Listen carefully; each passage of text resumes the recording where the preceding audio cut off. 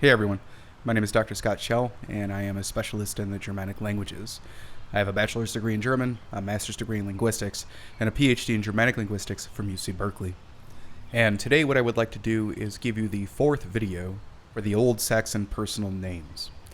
So it is important to note that these names are attested in the Old Saxon speech area. So if you do not know where the Old Saxon speech area is, please make sure to go ahead and see my video on that. I will go ahead and put the link in the video description below. And so while these names are attested in these areas, sometimes their names are not spelled to this sort of true Old Saxon Heliand form. And it is obviously true that there is spelling variation in the Heliand itself, but we still have, a pretty good idea as to what that dialect sounded like. And so basically what I'm going to do is take these attested names that are found throughout the Old Saxon speech area and sort of normalize them to the spellings that we find in the Old Saxon Heliand. So like usual, I will go ahead and provide you with the attested form and then give you a reconstructed form as you would most likely see it in the Heliand. And then I will also go ahead and give you a literal translation, and then finally how the name would be rendered in runes. Okay, so the very first name that I'm going to give you in this series is Frithwort. Frithwort. This is literally Frith and Warder. So you have someone who can sort of keep peace here, and it is also someone who can protect something. So it's a very sort of almost, really, it's almost like a Thor name, because it's this sort of like Frith protector. And this name is tested only for a man. The next name that we have is Froldwolf. Froldwolf. This is literally wise wolf.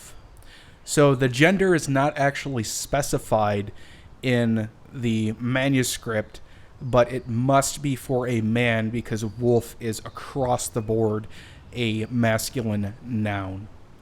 This Frold is actually related to the word Frodo, as you may know from Tolkien's Lord of the Rings. So again, we have Froldwolf, wise wolf. Alright, and the next one is Yalemold. Yalemold. Not gel mode, not gel mode, please, but Yalemold. This is attested for a female, and the literal translation of this name is cheerful heart. So this is someone who is like happy or cheerful and hearty. Mold here means either heart or mind. It's a little ambiguous, but either way, these components are actually both located within the breast in Old Saxon sources. And the next name is Gerhard. Gerhard. This is literally spear, bold, and this name is attested for a man. The G-E-R there is pronounced Yer. It's like the Y as in yes.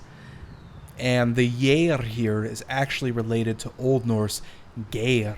So in Old Norse, when Odin hangs on the tree and he says, Vete kate kek vinga meidi o netraler niu, Geirjunda verrok geven odni.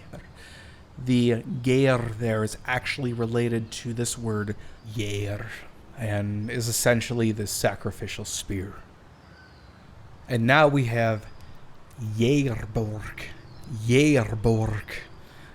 This is spear stronghold, or literally spear berg. This name is actually attested for a female.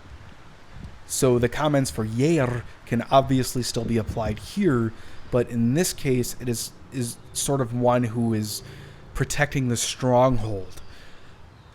And now we have Yeva. Yeva. This literally means gift, and it is for a female, at least this particular spelling. So, of course, this is a name for someone who is a giver in nature, and it demonstrates a person who is kind and is a nurturer. However, even though we have Yeva attested for a woman, we do find the word Yevel attested for a man, in which case this is also someone who is a giver. Its name, again, literally means gift. It's just that the ending there with the O actually indicates that it is for a man, whereas on the previous word with Yeva, that A indicates that it is for a woman. It's very similar to like Angela and Angelo, for example, where the root is obviously Angel, but the A is supposed to be for a woman, and then the O is supposed to be for a man. And in a similar vein, we have Yevawini. Yevawini. So this is literally gift, friend, and this name is attested for a man. So it is the I actually on the end of this word which tells us that it is for a man. Then we have Goldrune. Goldrune. This is literally God rune. And again, of course, it's God as in not the sort of Abrahamic understanding, but the more heathen understanding of a god. This name is attested for a female, and it is someone who has like these sort of like priest-like qualities and embodies the mystery of rune. In fact, the word god is originally of Germanic origin, and it might have been tied to the function of a priest of some sort, like in the word gothi, which is a male priest, if you will, and then guthia, in which case is the female counterpart to the gothi. And lastly, the word Goldrune is directly related to Old Norse or Icelandic Gudrun. So the very last one that we have in our list today is Grímuuuard. Grímuuuard. This is literally a mask warder. And the gender of this noun is not specifically stated in the manuscript. However, the word ward or warder is historically masculine throughout the Germanic languages. So it is safe to assume that this name was meant for a man. Alright, well, I hope you all enjoyed that video of the next set of personal names, part 4. Go ahead, of course, like the video, subscribe, and leave any comments below. If you have any questions, let me know.